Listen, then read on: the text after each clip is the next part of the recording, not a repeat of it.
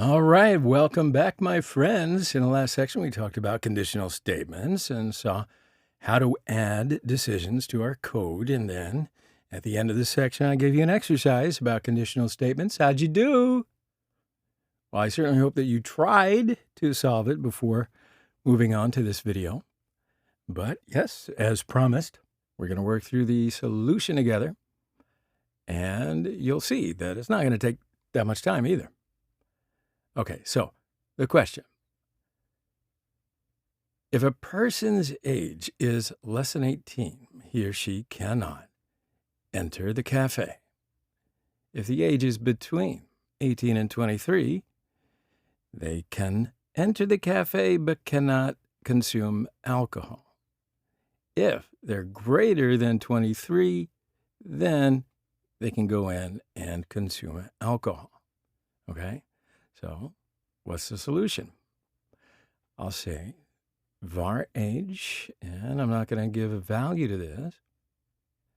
And down here, I'll say if age is less than 18, in the parenthesis, and inside of the parenthesis is our condition, right?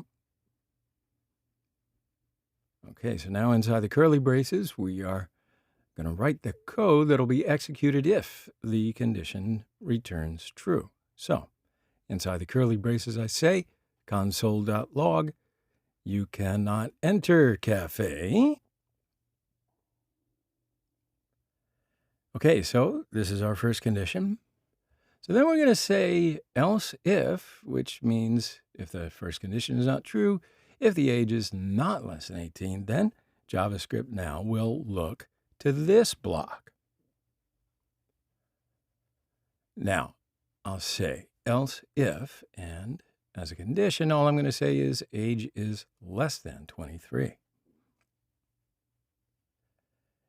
Okay, so our second condition is age needs to be between 18 and 23, but here I just wrote that the age is less than 23. So, do you see why I did that?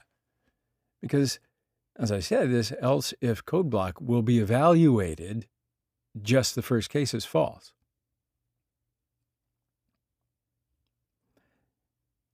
So, in the first case, we control that the age is less than 18 or not. If the age is greater or equal to 18, then this is going to be false, and we're going to evaluate the second condition. So, inside the else if, we don't have to control if the age is greater than 18. But of course, if you want to, you can add that as well. But it's not going to be a problem. It's just not necessary. Our code will be executed just the same way. But not going to be, let's say best practice, or at this point, even a good practice. All right, just throwing that out there. Got to be as efficient as possible. Okay, so now inside the curly braces, I'll say console log dot. You can enter the cafe, but you cannot buy a drink. Of course, drink means alcohol. Okay, so now, as the last option, I'm going to say else, which means that if the first two condition blocks are false, I mean that age is greater or equal to 23. And inside the curly braces, I'll say you can enter the cafe and can buy a drink. Okay, so these are all the conditions that we want to evaluate. Now, to test it out, I'm going to give a value to the age variable. So let's just say age 16. So let's think about it a little bit. Look at the first condition, and here 16 is indeed less than 18, so that's true.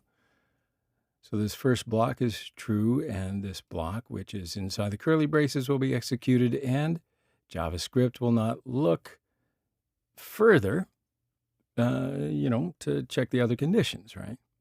Because, as I said before, we just look at this else if block, and just the first case is false. So now, if I save this and go to the console, when I refresh the page, we'll see you cannot enter the cafe. All right, so let's return to our code. Okay, so now here I want to talk about another case.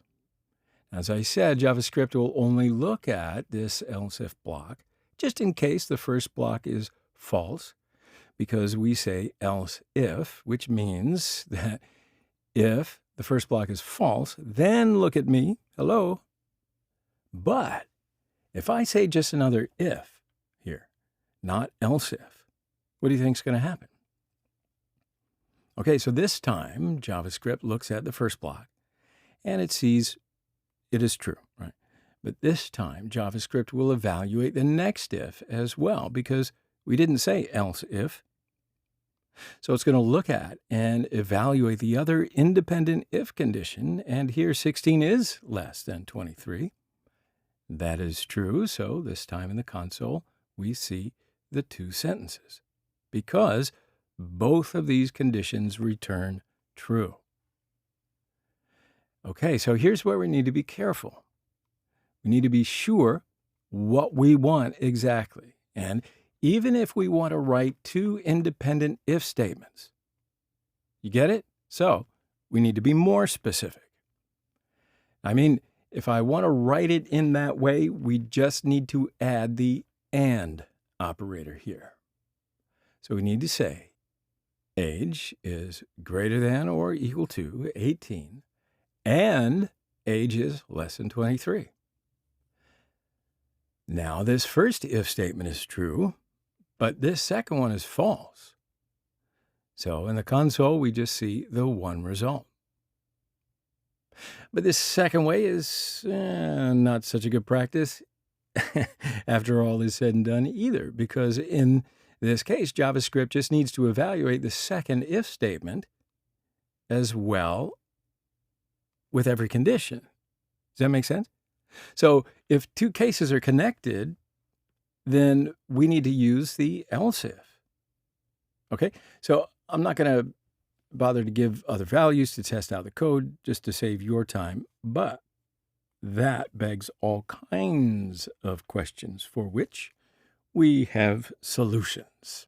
If you want to, of course, you can go and test all kinds of different numbers in there, and as well as some other values, and figure it out yourself. Otherwise, we'll take a quick pause and continue in the next section.